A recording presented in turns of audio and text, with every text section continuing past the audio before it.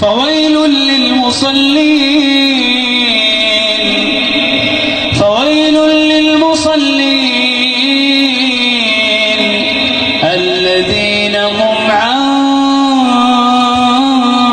صلاتهم ساهون.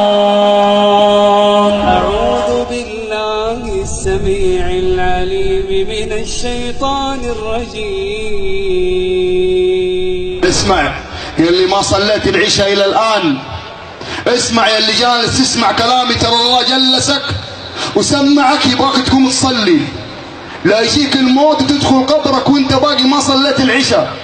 لا تخرج روحك من هذه الحياة الدنيا وانت مستهين بهذه الصلاة.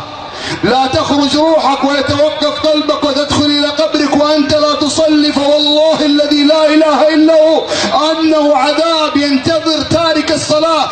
يعني يصلي بس اللهم انه ينام عنها ويأخر عن وقتها، وما أكثرهم في زماننا هذا كثير.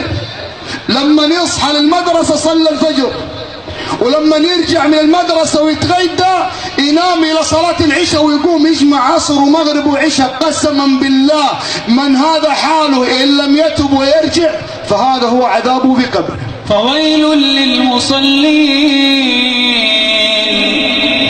فويل للمصلين الذين هم عن صلاتهم ساهون.